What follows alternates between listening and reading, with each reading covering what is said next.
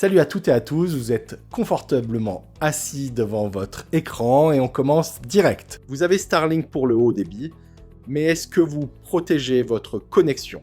Aujourd'hui, on va voir pourquoi est-ce qu'il est nécessaire d'utiliser un VPN pour la sécurité et comment ça fonctionne avec ce système satellite. Alors, première question, peut-on utiliser un VPN avec Starlink? La réponse est oui, et franchement, si votre confidentialité en ligne vous tient à cœur, je vous conseille vivement de le faire. Les routeurs Starlink, c'est cool. Ils sont compatibles et ils ont même un truc intégré qu'on appelle le VPN Pass-Through. Le VPN Pass-Through, c'est juste un réglage du routeur qui dit « laissez passer le trafic chiffré du VPN ». C'est super important parce que Starlink utilise un truc un peu spécial techniquement, le CGNA ou carrière grade NA. Vos connexions Starlink standard, elles utilisent le CGNA. En gros, ça veut que Starlink partage une seule adresse internet, une seule IP, entre plusieurs utilisateurs.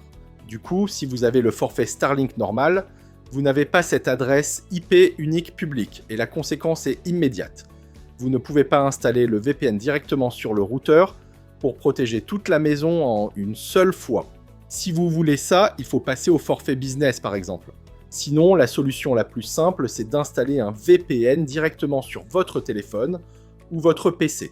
Facile, non? Mais à quoi ça sert concrètement d'ajouter un VPN sur une connexion Starlink?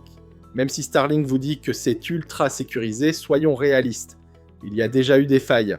Le VPN, grâce au chiffrement, c'est la couche de sécurité supplémentaire essentielle pour protéger votre activité. Ensuite, vous gagnez en confidentialité renforcée. Le CGNAT de Starlink rend le suivi compliqué.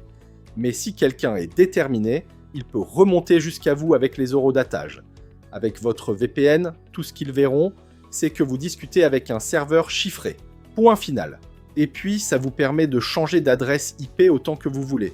Si Starlink se fait parfois bloquer par certains sites, à cause de ces IP CGNA partagés, le VPN vous donne une IP propre, et c'est réglé.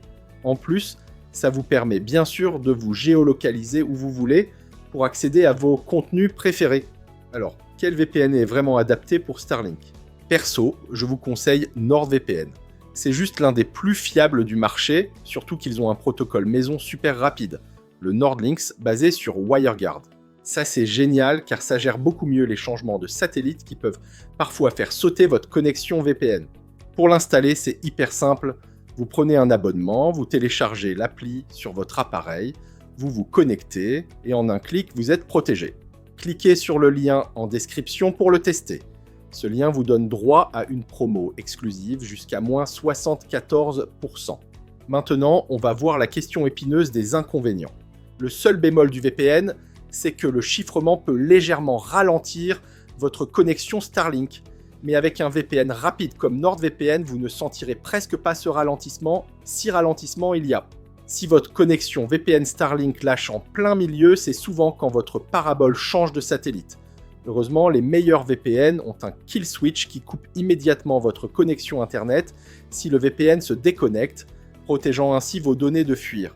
Pensez aussi à changer de protocole VPN dans les réglages si ça arrive souvent. Un protocole comme IKF2 IPsec, par exemple, est très bon pour établir rapidement la connexion.